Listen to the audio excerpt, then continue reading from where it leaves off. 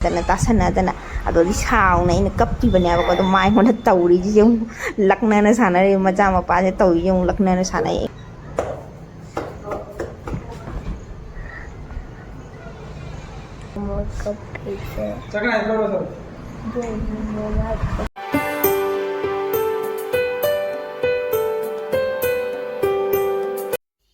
Hello everyone, good morning, welcome back to my channel. Mayam jengo view si jengo ayuki view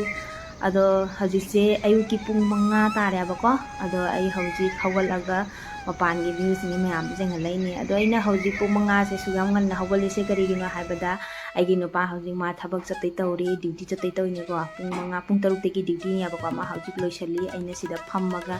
ado ngai na leire ma loisale ado breakfast ti moy ada dum cha ni abako aduna ai dum breakfast so share tawdre moy ada dum pije abako aduna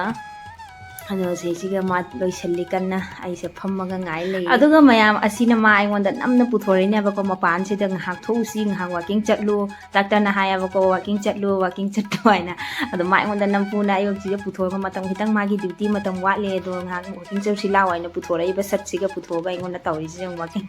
phiron phori me mayam sin ji mana aidi ayuk tan hawalaga tum hawalaga madi duty chatori mina ko jogi dum luja iruja maitha thoga angangi phi su khali hawdu ma dum sudok pira ba ko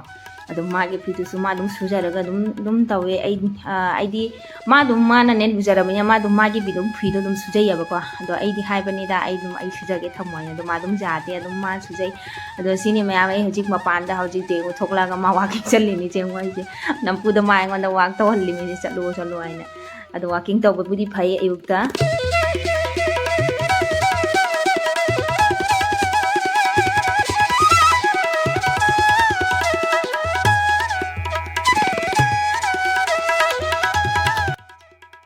ado mayam asigi ithai sa lai se kari no khangde ba ko adum aina angphau uzadri bani na ko ade ayuk anta asida moina ithai sa lai ge ina sum video se namja ho bana ba mayam de sum share tor ke dena ado sini ado haji ge gi nupa ma thabak chakhi dore ado ma se haji pung taruk tagina dum pung ama phaunya ba ko ma gi duty se ado chat khare ado maya ma chakhra matung dai haji ga tang ko mu hipta ga ina ne changai nya ba ko isa nupa su masa se nuai ta na hipi ado ngasi sidi Sunday ni na school lo di leita bani na isu ha tang tung tho ga ina ado matam se isu ngalli ga ina ko nga hippe chagi manakta khobani ha tung thok minare. A few minutes later. Pura nuan le re minit ke chap chung le me tholo mane ado mayam jengune asi se mana mathau leitana magi aina siga phi sina trang baksa se khanjanna thamjaba se mana mathau leitana besi se chigthoga lauthoga adoga siga mana aji phajana sem dagi hotnari bane abako ma kanna hona jari ni sem ge aidana ado besi se khaibo ma makha tari se maude matakta nan nakna honari aina video sinam ge na nam bane ababa ma ai phajana sem ge semi ma kanna semi ma ngok sunung ni ga nga matawri si jeng asi makha ta tau ju loina makha ta thada re ba se kha ni ba nang sandu ga pura kharap pe makha ta tai ju jeng mamang da makha ta tai ju jeng o duna kamai to do ba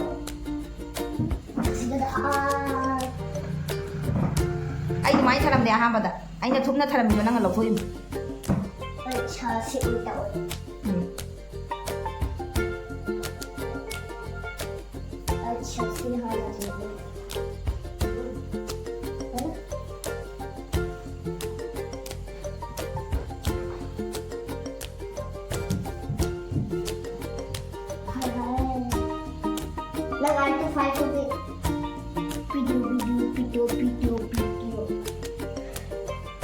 Haji nanu ki papa hala ado halapaga ma si mapa je ngai dum lai du ni mapa se la ka ma na halam je base duga aina si ma ngonda kauri sina ma cha ki papa na ma ki acha pot lai re ya ba ado aina losal laga thami ba du pi ge lao aina hai ba ye papa leke aya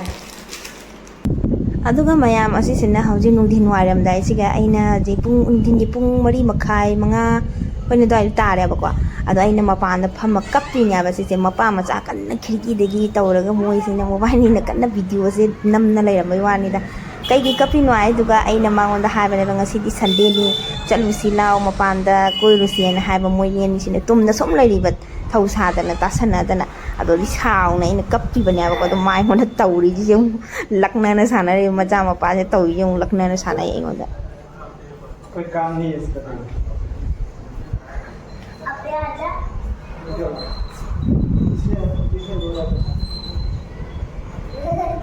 सच में video बनाने के लिए रो रहे हैं सच में रो रहे हैं अरे पूछो ना वीडियो बनाने के लिए रो रहा है कि सच में रो रहा है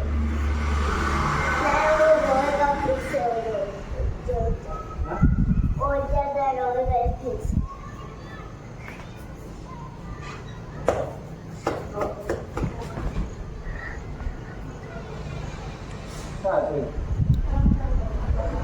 काय तो हम दिखाई दे रहा है तो है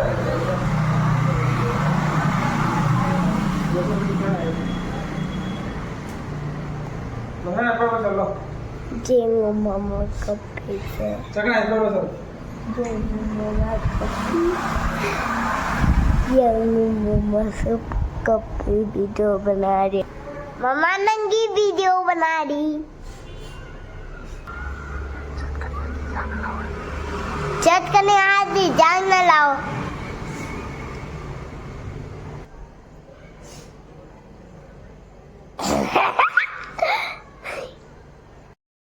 ꯑꯗꯣ ꯃꯌꯥꯝ ꯍꯧꯖꯤꯛ ꯃꯥꯅ ꯇꯤꯡꯈꯠꯇꯅ ꯀꯞꯐꯟꯅꯩ ꯂꯣꯏꯔꯒ ꯀꯣꯏꯆꯠ ꯆꯠꯁꯤ ꯂꯥꯛꯑꯣ ꯍꯥꯏꯗꯅ ꯊꯣꯛꯂꯛꯑꯦꯕꯀꯣ ꯑꯗꯨ ꯁꯥꯎꯁꯨ ꯁꯥꯎꯅꯤꯡꯉꯦ ꯑꯗꯨꯏꯁꯨ ꯑꯗꯨꯝ ꯍꯔꯥꯎꯔꯦ ꯑꯗꯨ ꯆꯠꯁꯤ ꯍꯥꯏꯗꯅ ꯑꯗꯨꯝ ꯊꯣꯛꯂꯛꯑꯦ ꯑꯩꯈꯣꯏ ꯆꯠꯄꯒꯤ ꯃꯄꯥꯟꯗ ꯑꯗꯣ ꯃꯌꯥꯝꯗꯁꯨ ꯁꯨꯝ ꯌꯦꯡꯍꯜꯂꯒꯦ ꯀꯗꯥꯏꯗ ꯆꯠꯂꯤꯅꯣ ꯑꯩꯗꯣ ꯁꯨꯝ ꯃꯇꯦꯛ ꯃꯇꯦꯛ ꯁꯨꯝ ꯎꯠꯆꯔꯛꯀꯦ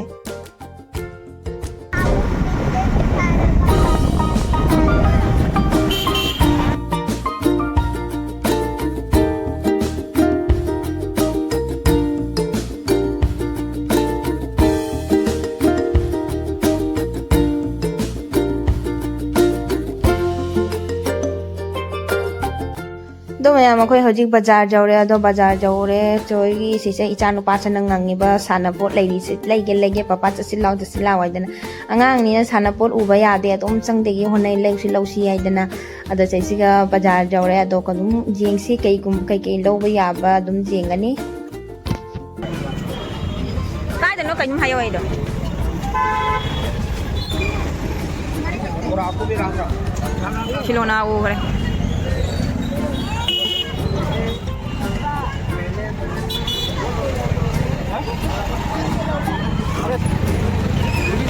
दूरबीन तो कहीं काना रोइने apa adik sudah balik dukaan ini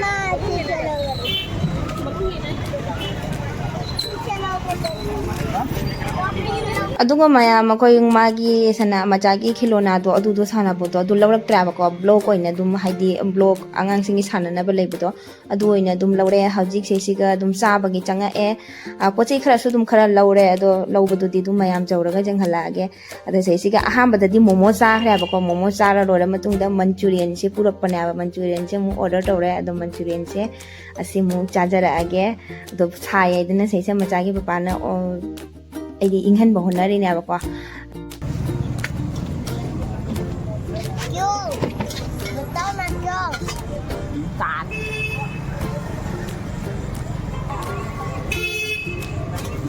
si morok jauh bro morok हाँ morok jauh bro jauh hai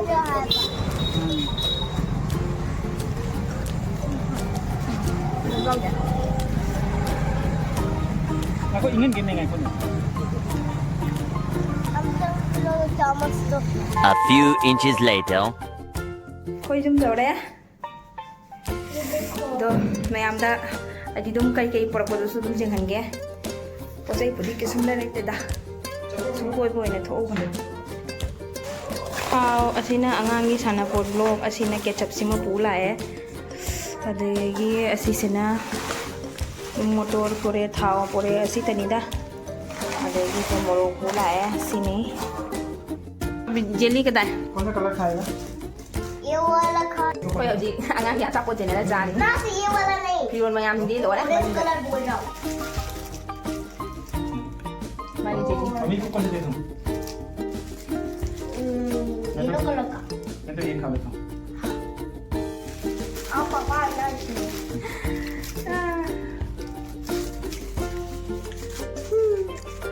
Ha? Isa mo kumali yan. Ha? Isa kumali. Kalkal na yun. So mayam ngasi nunghangin mathel sida khamen iromba khamen nga alu iromba ma leire siga jerum omelette leire adage gi siga chak leire chak si chaka ka thokre ba ko sina magi ni sina angangi sina aigi aisu chaka se yam pamjaba odo mayam ngasi gi nunghangi dinner sina ore do sini mayam ngasi gi vlog haidi Sunday vlog hai tare ko ado Sunday ki numisiga dum tawbodo thabak to adum hai ucharakpane ba ko mayamda ado asini me agi video se sai se mane sana aina bu video na ma tan ko talk from me ado mayam agi video se sai se sum loisan jarage mayam nungai biraga di like share subscribe to bo ka bi ganu ko mayam bye bye